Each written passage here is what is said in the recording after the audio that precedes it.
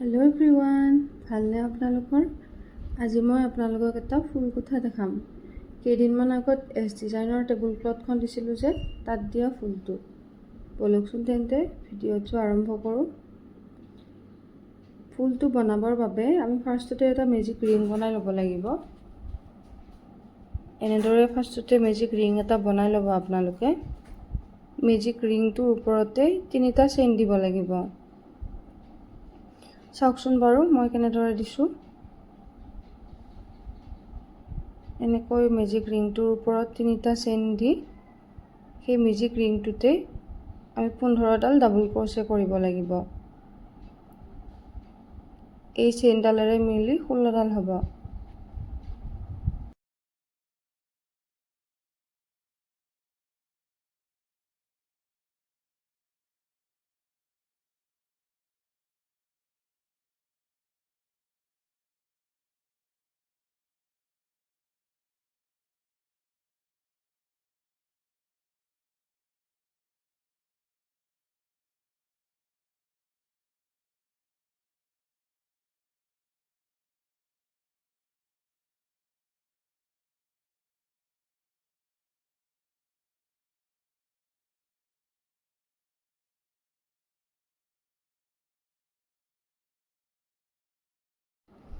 এয়া মোৰ 15ডাল ডাবল ক্ৰচে কৰা হৈ গ'ল। এতিয়া মেজিক ৰিংটোৰ তলৰ ঊণডাল টানি দি ৰিংটো টাইট কৰি ল'ব। এতিয়া আমি যে ফাৰ্ষ্ট সেই 3ডাল চেইন দিছিলোঁ, একেবাৰে লাষ্টৰ চেইনটোত জইন দিব লাগিব। এনেদৰে জইন দি ল'ব। জইন দি সেই চেইনটোতে আমি ফাৰ্ষ্ট 3ডাল চেইন দিম। 3ডাল চেইন দি এইবাৰ আকৌ 6ডাল চেইন দিম। টোটেল 9ডাল চেইন দিব লাগিব। এনেদৰে 9ডাল চেইন দিয়াৰ পিছত 3 নম্বৰ চেইনটোত আমি ডাবল ক্ৰচে কৰিব লাগিব। চাওকচোন বাৰু, এনেদৰে 3 নম্বৰ চেইনটোত ডাবল ক্ৰচে কৰিব।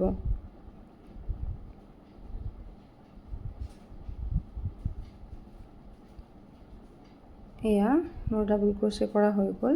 এতিয়া আমি যে ফাৰ্ষ্ট য'ত 3ডাল চেইন দিছিলোঁ, সেইটোতে আকৌ ডাবল ক্ৰচে কৰিব লাগিব। এনেদৰে ডাবল ক্ৰচে কৰি ল'লোঁ। লৈ এইবাৰ আকৌ এডাল চেইনেৰে নেক্সটটোত ডাবল ক্ৰচে কৰিব লাগিব। এনেদৰে এই চেইনটো এৰি তাৰ নেক্সট চেইনটোত আমি ডাবল ক্ৰচে কৰিম। এয়া ডাবল ক্ৰচে কৰা হৈ গ'ল। এতিয়া আকৌ 6ডাল চেইন দিব লাগিব। এনেদৰে 6ডাল চেইন দি এই ডাবল ক্ৰচে কেইডালৰ জইনত আকৌ এডাল ডাবল ক্ৰচে দিব লাগিব। চাওকচোন বাৰু মই কেনেদৰে দিছোঁ। এনেদৰে জইনটোত আকৌ ডাবল ক্ৰচে দি দিব আপোনালোকে। এনেদৰে আমি 8টা ভাগ কৰি ল'ব লাগিব, কাৰণ ফুলটোত আমি 8টা পাহিয়ে দিছোঁ, সেইকাৰণে 8টা ভাগ কৰি ল'ব লাগিব।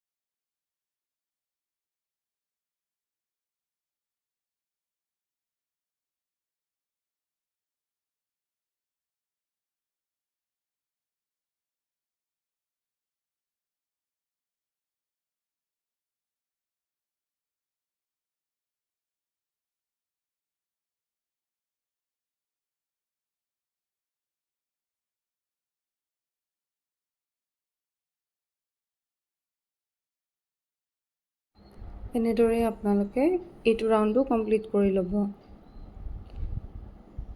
এতিয়া আমি এই 3 নম্বৰ চেইনটোত জইন দিব লাগিব। চাওকচোন বাৰু মই কেনেদৰে দিছোঁ।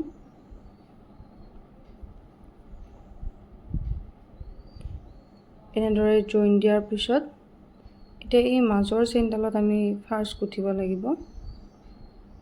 এনেদৰে মাজৰ ডালত তাৰপিছত এইফালৰ ছাইডৰ ডালত এনেকৈ এটা পাক ঘূৰিব লাগিব, তেতিয়াহে এটা পাহি কমপ্লিট হ'ব।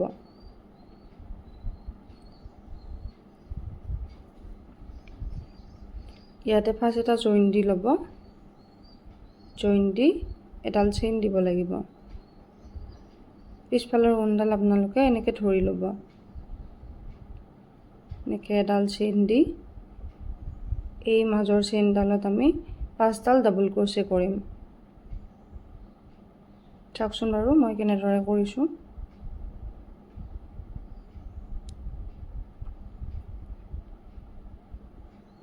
এনেদৰে আপোনালোকে 5ডাল ডাবল ক্ৰচে কৰি ল'ব।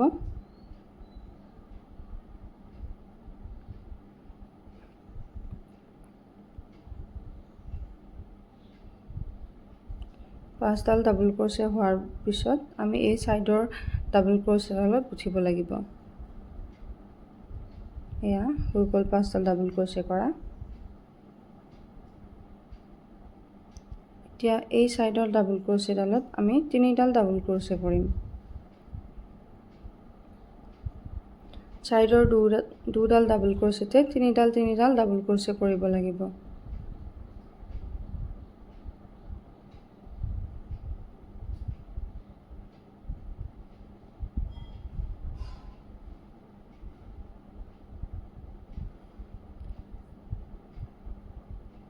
এইবাৰ এইডাল ডাবল ক্ৰচেটো 3ডাল ডাবল ক্ৰচে কৰি ল'ব।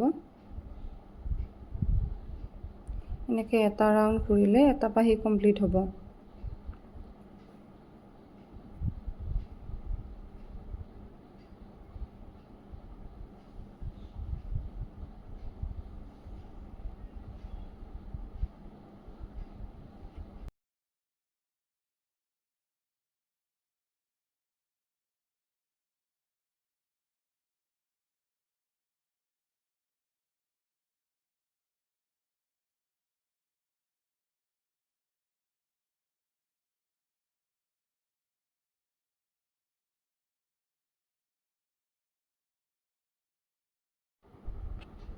এয়া 3ডাল ডাবল ক্ৰচে কৰা হৈ গ'ল। এতিয়া আমি পিছৰ চেইনডালত গুঠিব লাগিব। পিছৰ চেইনডালত আমি 6ডাল ডাবল ক্ৰচে কৰিব লাগিব। চাওকচোন বাৰু মই কেনেদৰে কৰিছোঁ।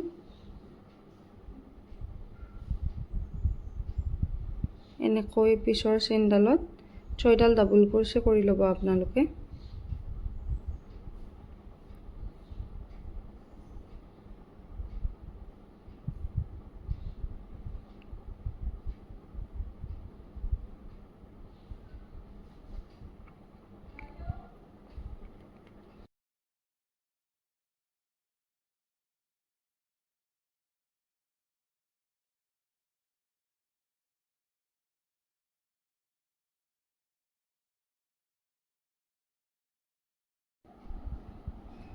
এয়া মোৰ 6ডাল ডাবল ক্ৰচে কৰা হৈ গ'ল। এতিয়া আমি 3ডাল চেইন দিব লাগিব। এনেদৰে 3ডাল চেইন দিয়াৰ পিছত এই ডাবল ক্ৰচেটোৰ জইনটোত চেইনডাল জইন দি দিব লাগিব। এনেদৰে ঊণডাল আপোনালোকে ওলাই দিব। এতিয়া আকৌ এইটো ছাইডে আমি 6ডাল ডাবল ক্ৰচে কৰিব লাগিব। এনেদৰে এটা পাহ কমপ্লিট কৰি ল'ব। তাৰ নেক্সট পাহিকেইটা আপোনালোকে তেনেকৈয়ে গুঠিব লাগিব। যদি আপোনালোকে কিবা বুজি নাপায় তেতিয়াহ'লে মোক কমেণ্টত সুধিব পাৰিব।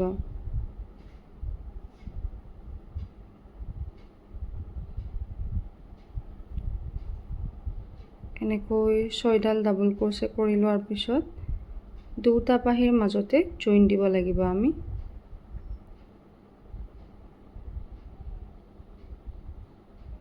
দুটা পাহিৰ মাজত এনেদৰে জইন দি দিব।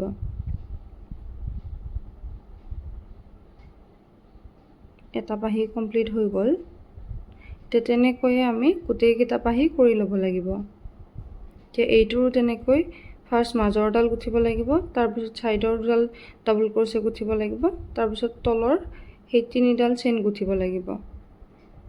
এনেকৈ আপোনালোকে গোটেইকেইটা পাহি কমপ্লিট কৰি ল'ব।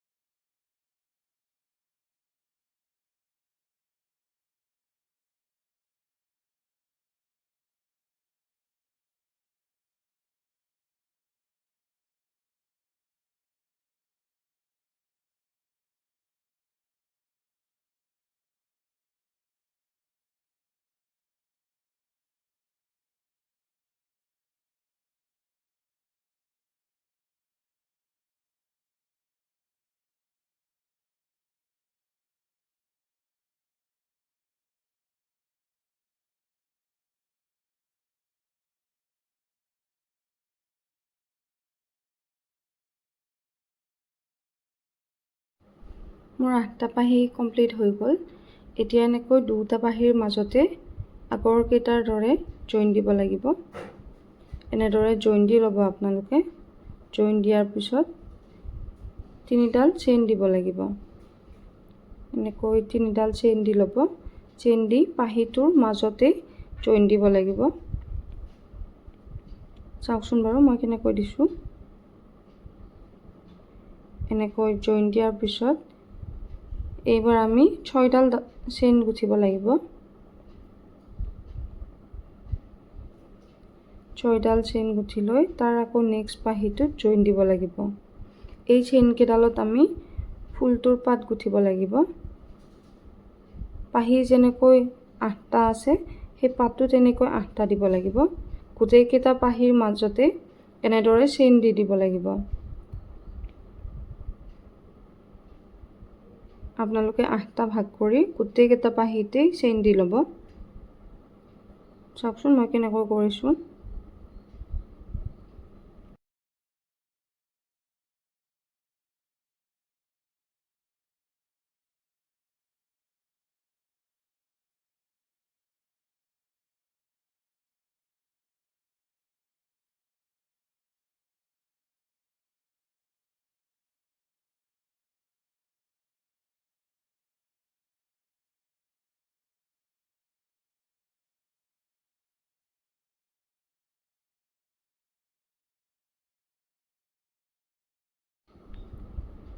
এয়া মোৰ 8টা ভাগত চেইন কৰা হৈ গ'ল। এতিয়া এই 3ডাল চেইন দি য'ত জইন দিছিলোঁ পাহিটোৰ মাজত তাতে আকৌ জইন দিব লাগিব এইডাল।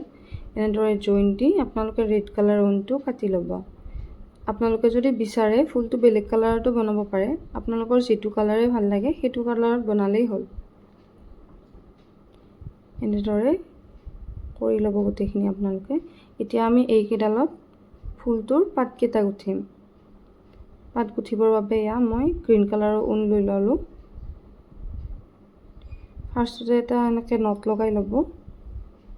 নট লগাই লৈ ঊণডালত জইন দিব। এনেদৰে জইন দি ল'ব।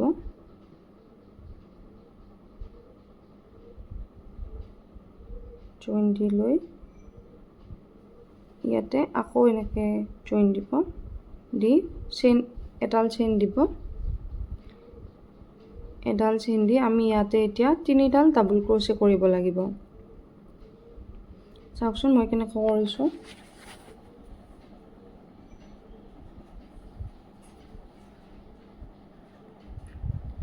এনেকৈ 3ডাল ডাবল ক্ৰচে কৰাৰ পিছত আমি ঊণডাল দুবাৰ পাক দি আকৌ তেনেকৈও ক্ৰচেট কৰিব লাগিব। এয়া মোৰ 3ডাল ডাবল ক্ৰচে হৈ গ'ল। এতিয়া এনেদৰে 2টা পাক দি ল'ব। 2টা পাক দি দুডাল দুডাল ঊণ ওলাই দিব।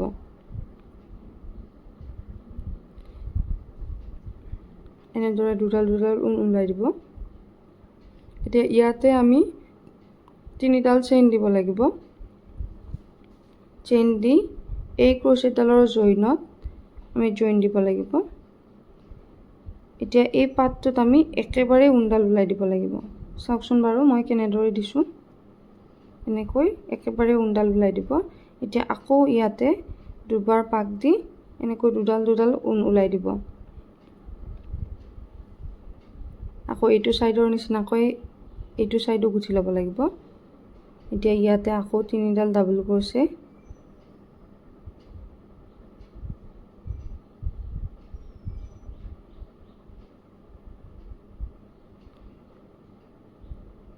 আকৌ এডাল চেইন দিব। এডাল চেইন দি জইন কৰি ল'ব। এতিয়া নেক্সট পাহিটো আকৌ তেনেকৈ গুঠিব লাগিব। ফাৰ্ষ্টতে এটা জইন দিব।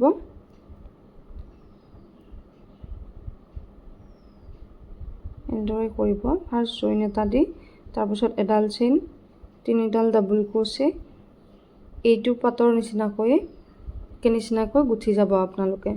টোটেল 8টা পাত গুঠিব লাগিব।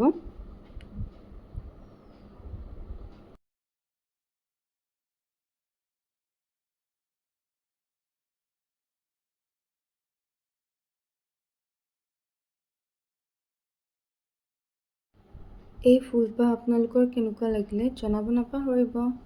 মই বাৰু নতুন নতুন ডিজাইন লৈ আহিব চেষ্টা কৰিম, যাতে মোৰ ভিডিঅ'ৰ পৰা কিবা এটা ডিজাইন হ'লেও আপোনালোকে শিকিব পাৰে।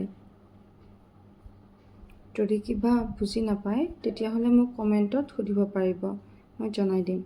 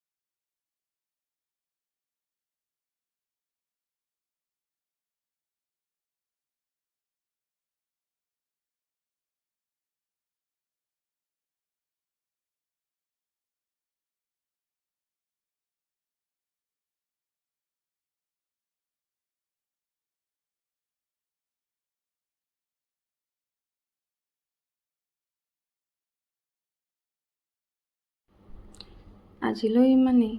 নতুন এটা ভিডিঅ'ত নতুন এটা ডিজাইন লৈ আকৌ লগ পাম। Bye bye.